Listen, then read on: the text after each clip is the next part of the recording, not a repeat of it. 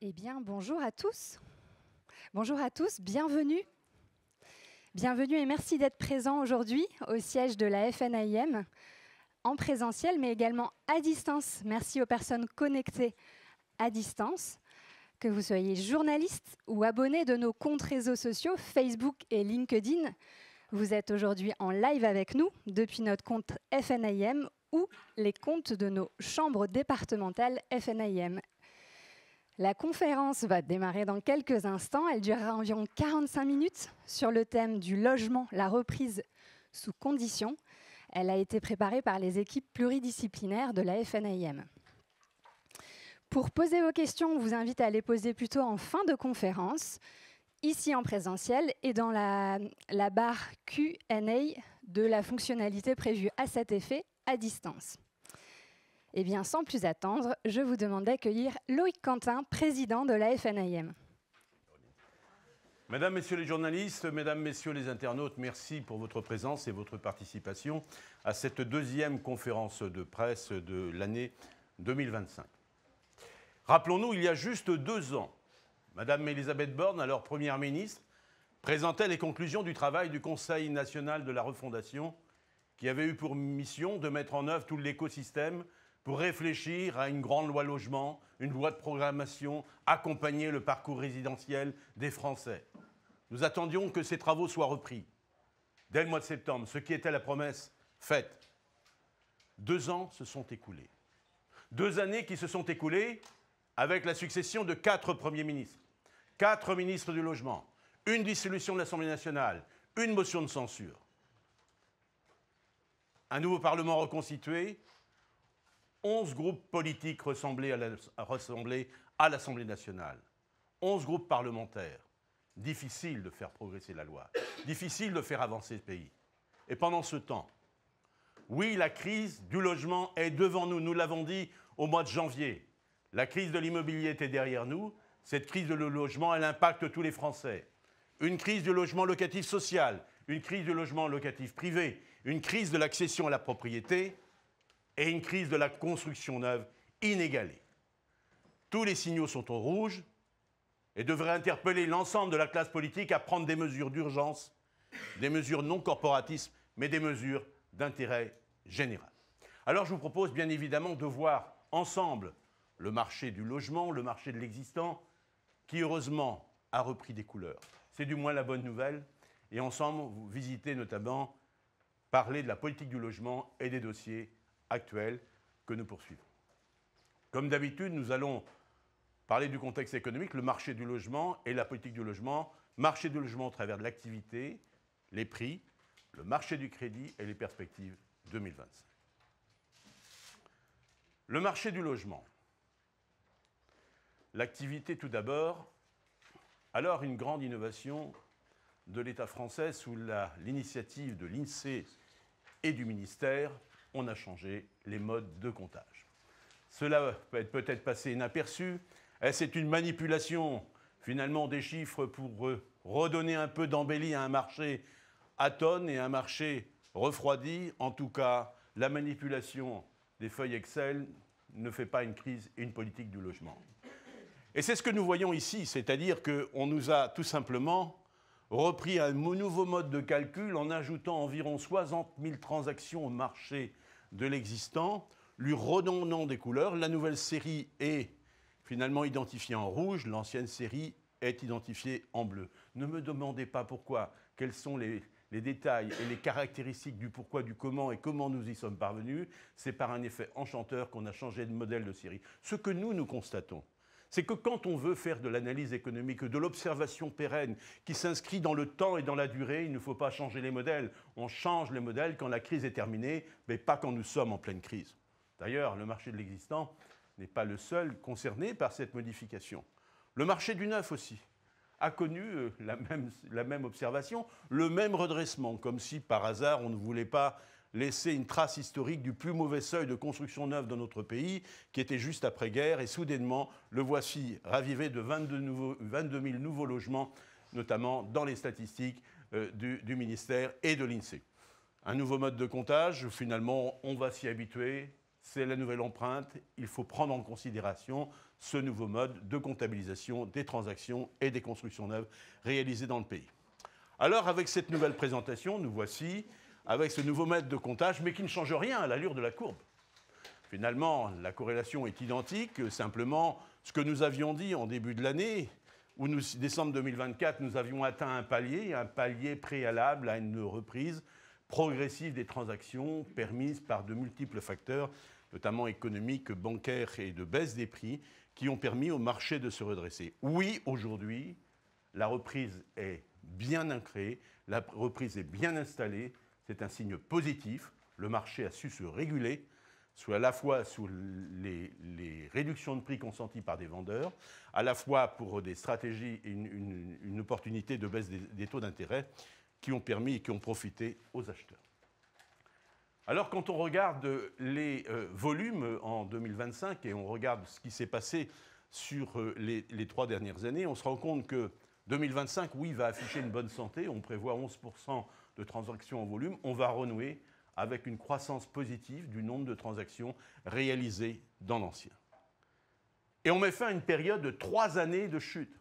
3 années de chute qui ont permis de cumuler à plus de 35%, 33%, la baisse des volumes totales sur le marché. Une baisse inégalée par rapport aux périodes précédentes, même par rapport à la crise de subprimes, même par rapport à la crise de l'euro. Jamais nous n'avions atteint un redressement et une chute des volumes aussi importantes. Le marché se réajuste de lui-même, et c'est ça l'intérêt du marché de l'existant. Il a retrouvé un équilibre prometteur. Oui, 2025 est l'année de la reprise confirmée aujourd'hui, après plusieurs mois d'observation qui nous permettent de l'affirmer aujourd'hui. Alors, quand on regarde aussi la reprise du marché, on a toujours un indicateur qui est intéressant. C'est le taux de rotation du parc. Le taux de rotation n'est tout simplement que l'expression du nombre de ventes rapporté au nombre total de logements. Et ce taux de rotation est également en redressement. Il avait été extrêmement bas lors de la crise des subprimes en 2008, à 1,8%, la crise des zones euro à 2%. Il est descendu au plus bas à 2,2%, et aujourd'hui, en phase de redressement pour finir à 2,5%, et somme toute représente la moyenne ici, sur ce plateau, qui était comptabilisé en 2000. Nous sommes arrivés sur un taux de rotation proche d'une valeur d'équilibre qui laisse présager le retour à un marché équilibré et un marché qui va prendre un rythme de croisière. Les prix. On l'avait dit lors de la précédente conférence de presse, la chute des volumes était enrayée et la chute des prix était enrayée. Elle se poursuit néanmoins, je dirais, mais de façon beaucoup moins impactante qu'elle ne l'était la précédente année. Elle se poursuit parce qu'on l'observe sur une année, sur une année entière, 0,6% sur un an. Mais dans toute cette observation de rétablissement des prix, quelque chose que nous n'avons pas assez pris en considération et qui est très importante. Par le passé, on disait toujours la hausse des prix sera corrigée par l'inflation. C'est le cas aussi aujourd'hui. N'oublions pas que les 2 précédentes années, nous avions eu des taux d'inflation de 5,1, 2,3, 0,7, et cette inflation a concouru également au rattrapage des prix. Et cette inflation est à comptabiliser. En réalité, si on voulait véritablement mesurer la correction des prix, c'est de 0,6 sur un an, plus 0,7, 1,3, parce que l'inflation y contribue. Et cette inflation, justement, doit être observée et nous permet aussi de faire une autre approche, une autre analyse et un autre comparatif et avoir un autre indicateur de l'évolution des prix dans le temps. On a représenté ici l'indice du prix des logements, que l'on connaît, et l'indice de l'inflation. Ce qui est intéressant, c'est qu'à un moment, les prix des logements ont progressé plus que l'inflation. Une progression plus rapide entraîne immédiatement une décorrélation du revenu et une déconnexion de la réalité des prix. C'est un marché qui s'inflate sous poussée de taux d'intérêt plus faibles et notamment qui sort des grilles du radar et qui a un développement totalement anormal par rapport au volume général des prix. Ce qui est intéressant aujourd'hui, c'est que le taux d'inflation rejoint le taux des prix après la correction que nous avons connue sur la courbe bleue entre 2023 et 2025. C'est-à-dire qu'aujourd'hui, nous restons strictement en phase avec un marché où l'évolution des prix de l'immobilier correspond à l'évolution des prix. Et c'est ce qui va se passer.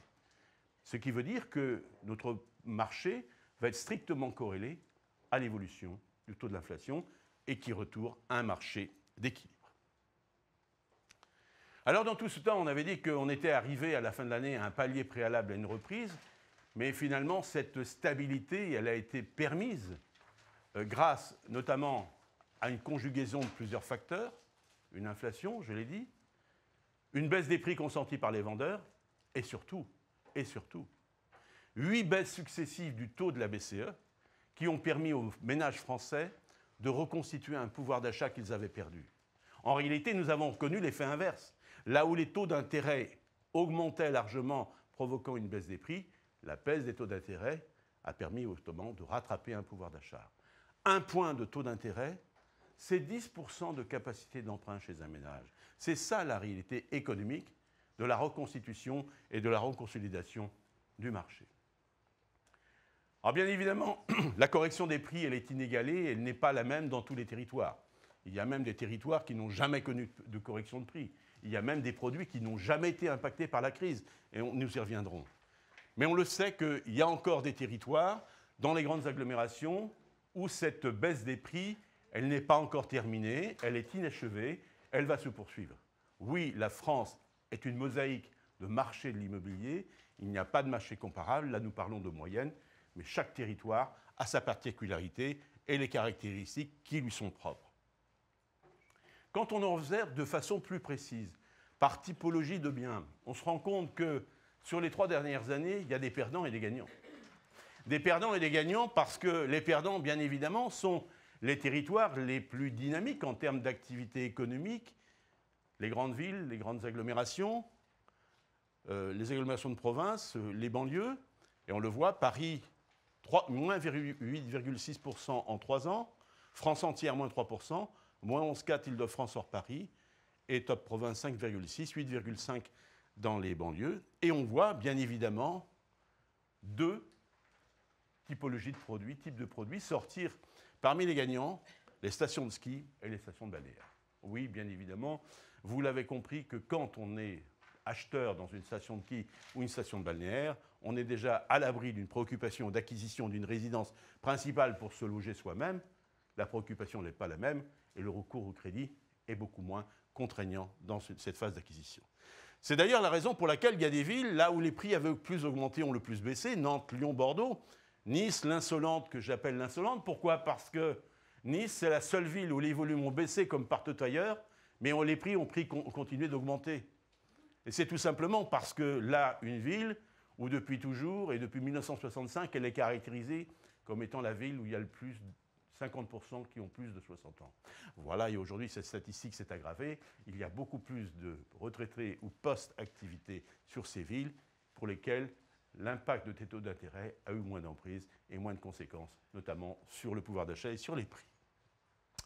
Voilà la photographie sur ces 3 années, qui sont le reflet d'une crise aujourd'hui maîtrisée, une crise de l'immobilier qui, notamment, a été permis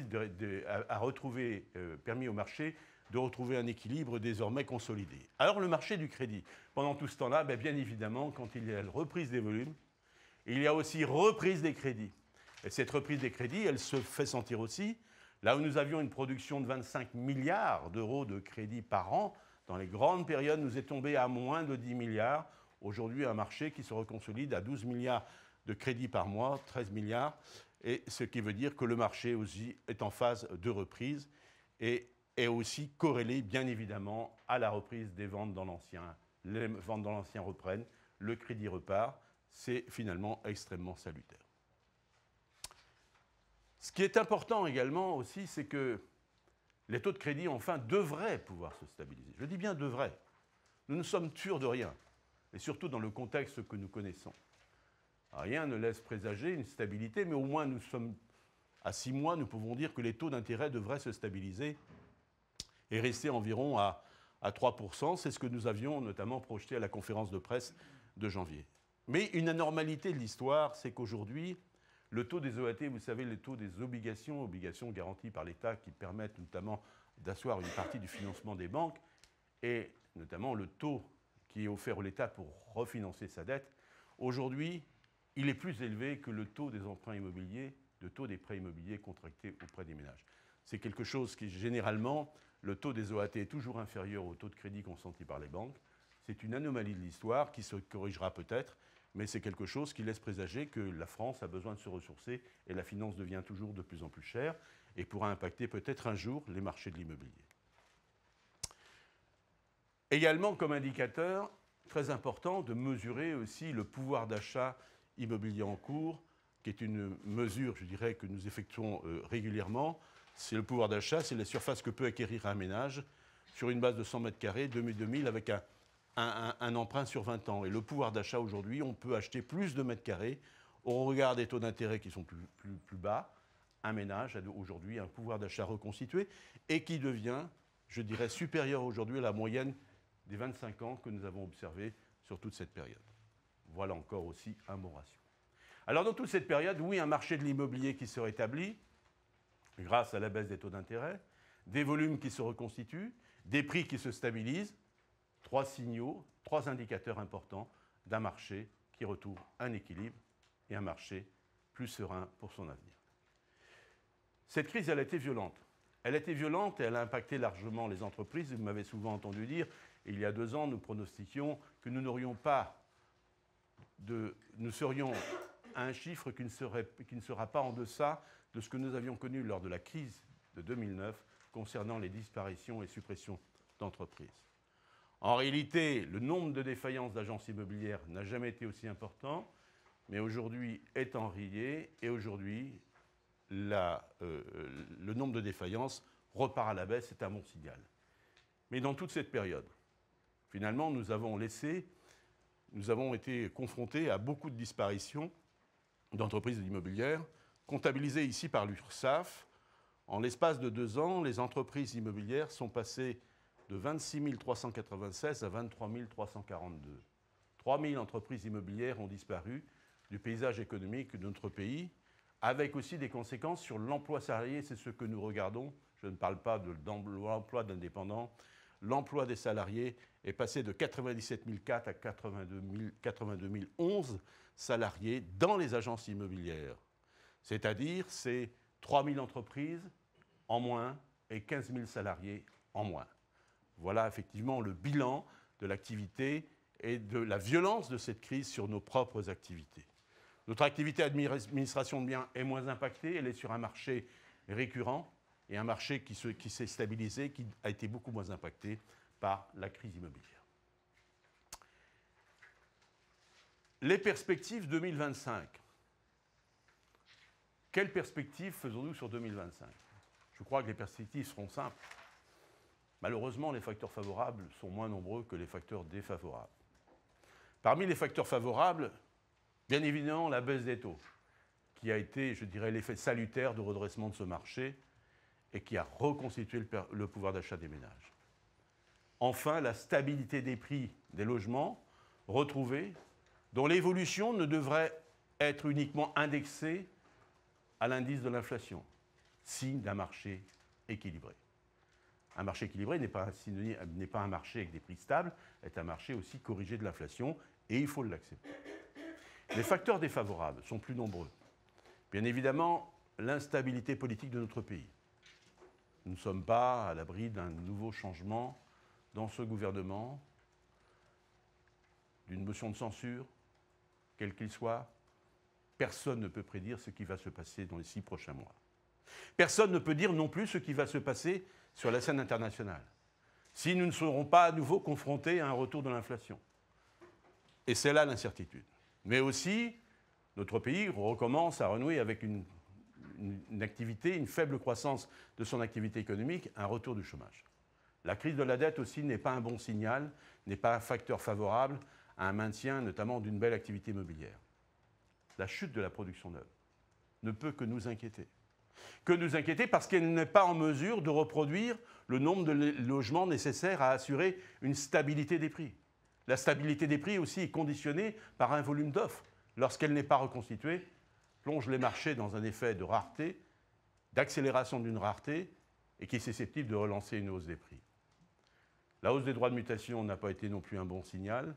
La hausse de la taxe foncière auquel ont recours beaucoup de représentants de collectivités locales, sur lesquels nous reviendrons, n'est pas aussi un bon signal. Enfin, on entend, et nous y reviendrons aussi, la menace d'étendue de l'encadrement des loyers, j'y reviendrai tout à l'heure, la suspension partielle de MaPrimeRénov', autant d'indicateurs qui ne sont pas favorables à une sérénité, à une lisibilité, notamment il y a une confiance dans le marché de l'immobilier. Nos prévisions pour 2025, elles sont simples.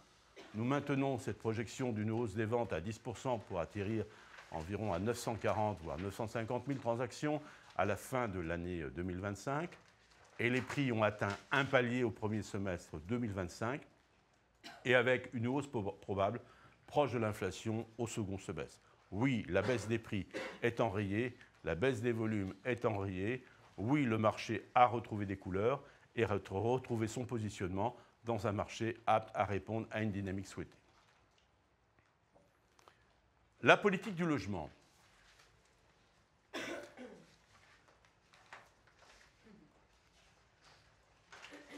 Une récente enquête Ipsos a révélé que 58% des Français considéraient l'accès au logement difficile, voire très difficile.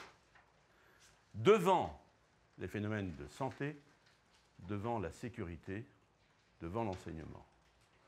Pour la première fois, on prend conscience de l'urgence d'une politique du logement apte à répondre au parcours résidentiel des Français. Et généralement, le logement arrivait toujours en 6e position. Mais aujourd'hui, c'est je dirais, l'autorité publique, les Français sont bien conscients, et tous les Français, que le logement, et tous les Français sont confrontés à un moment ou à un autre à une difficulté de logement. Et quand on parle logement, on ne parle pas que accession, on parle aussi location. Il faut se rappeler que, finalement, il n'y a que 2 moyens de se loger. On est ou locataire ou propriétaire. Et une vraie politique du logement doit pouvoir peser et favoriser un équilibre de ces 2 secteurs. Et c'est là l'ambition d'une vraie politique du logement. Et c'est là toute la difficulté. Que s'est-il passé, qu'observons-nous depuis 10 ans? Vous avez ici la courbe du taux de propriétaires en France. Notre pays, qui avait toujours été dans une phase d'ascension, une augmentation du nombre de propriétaires de leur résidence principale, voit son nombre s'amenuiser, parti en l'espace de 10 ans de 57,8% de propriétaires à 57% de propriétaires.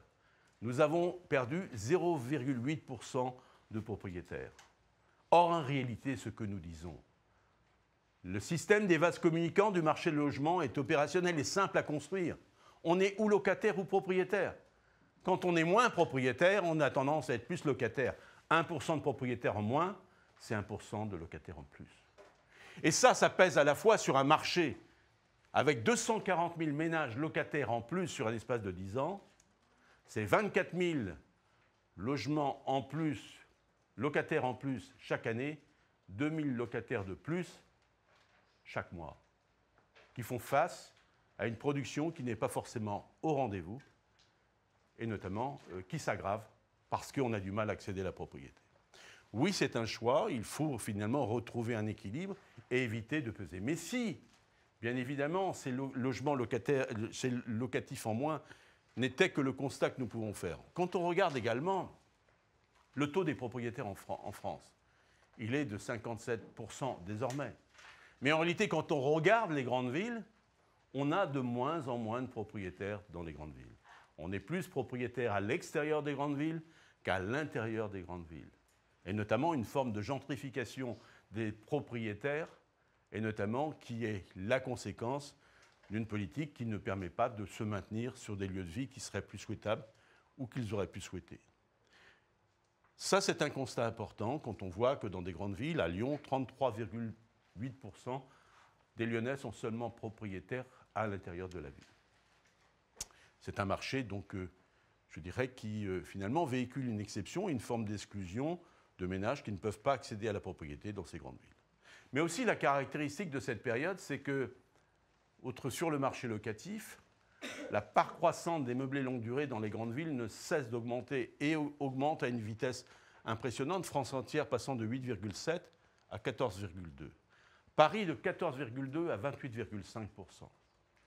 Exposant ou contraignant les ménages dans toutes les villes de France, en prenant 12,6 à 21%, Lyon de 11,8 à 23%, Marseille de 7,9 à 12,6 et Bordeaux 6,9 à 16,1, quasiment une part de logements longue durée meublés qui a quasiment doublé dans cette grande ville. C'est le signal aussi d'un marché locatif qui ne trouve pas sa stabilité, qui ne répond pas forcément aux aspirations des candidats locataires qui préfèrent une location vide qu'une location meublée. Et pendant tout ce temps-là, ce que l'on voit aussi, c'est que le nombre d'annonces des locations ne cesse de baisser sur l'ensemble des supports, une difficulté pour nombre des ménages à trouver un logement adapté. Mais aussi, dans ce contexte de pénurie et de rareté locative, un autre phénomène nous inquiète beaucoup, c'est l'indécence énergétique. Les deux obligations qui relèvent de la loi climat-résilience. Parce que si nous avons de moins en moins de propriétaires, de plus en plus de locataires, mais nous avons en face un parc de logements qui est sous le couperet d'une indécence programmée au 1er janvier 2025, 570 000 logements classés G et 740 000 logements classés F au 1er janvier 2028. 1 300 000 logements indécents dans 30 mois. 1 300 000 logements, c'est quasiment le quart du parc locatif. 20%, c'est le cinquième, 20% du parc locatif. C'est dire l'importance d'à réagir, et je ne parle pas de 2034. En réalité, le constat de l'indécence énergétique ne nous permet pas de voir notamment une rénovation d'ampleur, une rénovation massive se réaliser pour permettre de voir sortir ces logements de la décence. L'indécence, les professionnels la connaissent bien. Nous la connaissons parce que nous l'appliquons depuis le décret sur l'indécence qui date du 30 janvier 2002. Ce décret précisait, et notamment et à juste titre, qu'un logement était déclaré indécence lorsqu'il ne répondait pas aux conditions de salubrité, des conditions techniques qui pouvaient nuire à la santé et à la sécurité des personnes. Je parle notamment d'une installation électrique défectueuse. Je parle notamment d'humidité, de salpêtre, qui mettait en cause effectivement la santé des personnes. Et ça, c'est le décret du 30 janvier 2002. On a introduit ce critère d'indécence dans la loi climat-résilience. Pourquoi ? Sous coup d'une directive européenne, notre pays a voulu être plus exemplaire que d'autres. La France a voulu rayonner plus que les autres pays d'Europe. Elle est la seule à avoir inséré dans la loi climat-résilience une disposition visant à l'indécence du logement s'il ne correspond pas à une norme énergétique. Mais cette indécence ne concerne que le parc locatif et ne concerne pas le parc des résidences principales. On peut vivre chez soi, dans sa résidence principale, on peut occuper un logement indécent, mais on n'occupe pas un logement indécent quand on est locataire. C'est une façon de voir la politique publique, si elle est d'intérêt général ou d'intérêt fractionné. Alors on a voulu vous mettre une image de ce qu'est un appartement classé G. Une belle image. Rassurez-vous, des logements tout à fait confortables. Voilà des annonces immobilières de logements classés G, récentes, à Paris, dans Paris-Île-de-France, et des logements tout à fait confortables et habitables. Et je vous invite d'ailleurs à regarder tous les sites d'annonces. Et vous verrez que même en vente, il y a des logements classés G qui sont de très belle qualité. Et d'ailleurs que beaucoup de Français aimeraient habiter. Une autre image aussi de cette indécence, voilà ce que l'on qualifie d'indécent, un logement classé G qui est indécent. Oui, c'est un vrai problème. Oui, c'est un vrai problème parce que aurons-nous les moyens d'atteindre cet objectif de rénovation énergétique dans le temps qui est imposé et le temps qui s'écoule et le temps où rien n'avance. Un temps contrarié aussi par la suspension de MaPrimeRénov', dont vous avez eu l'information très récemment. Où allons-nous ? Je crois qu'une politique, elle peut être louable.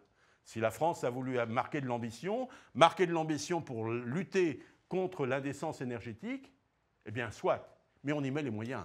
Il faut avoir les moyens de ces ambitions, les moyens de la politique que l'on veut suivre. Mais on ne peut pas faire peser aux Français une sanction et une interdiction et avoir des logements qui meurent vides et ne pas permettre à des Français de pouvoir se loger avec décence, même si ces logements peuvent avoir un caractère indécent. Alors, un été politique décisif parce qu'il va falloir un cap, coûte que coûte, parce que je crois qu'aujourd'hui, nous ne sommes pas suspendus à une grande loi logement.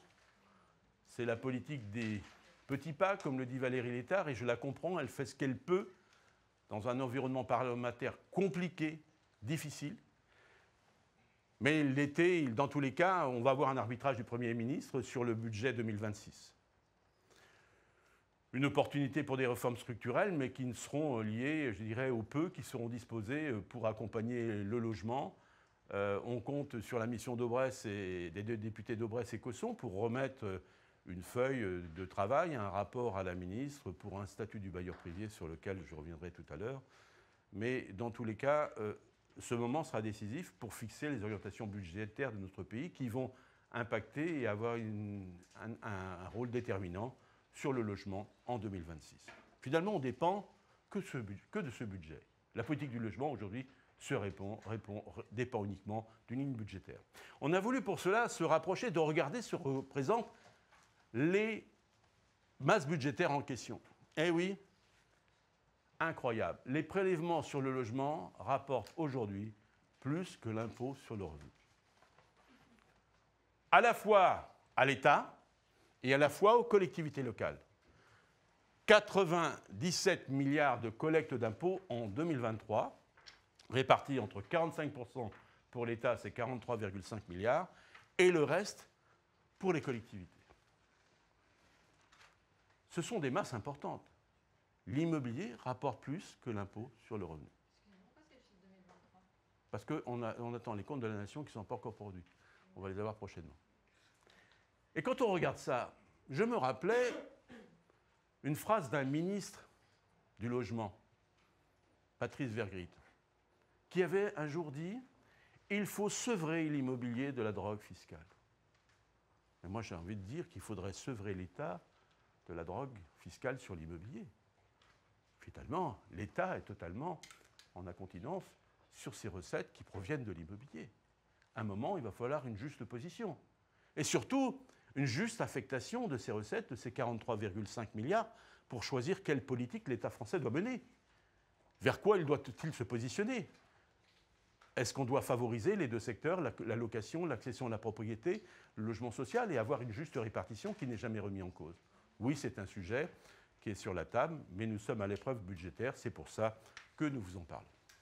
Alors, dans toutes les avancées législatives et réglementaires, vous avez souvent entendu parler la proposition portée par la FNIM qui, la première, avait mis en évidence la rédaction de la loi climat-résilience qui était totalement insuffisante. Rappelez-vous, la loi climat-résilience est rédigée ainsi, sont frappés d'indécence les logements loués au 1er janvier 2025. Ce texte n'a pas bougé. 2 ans que nous insistons.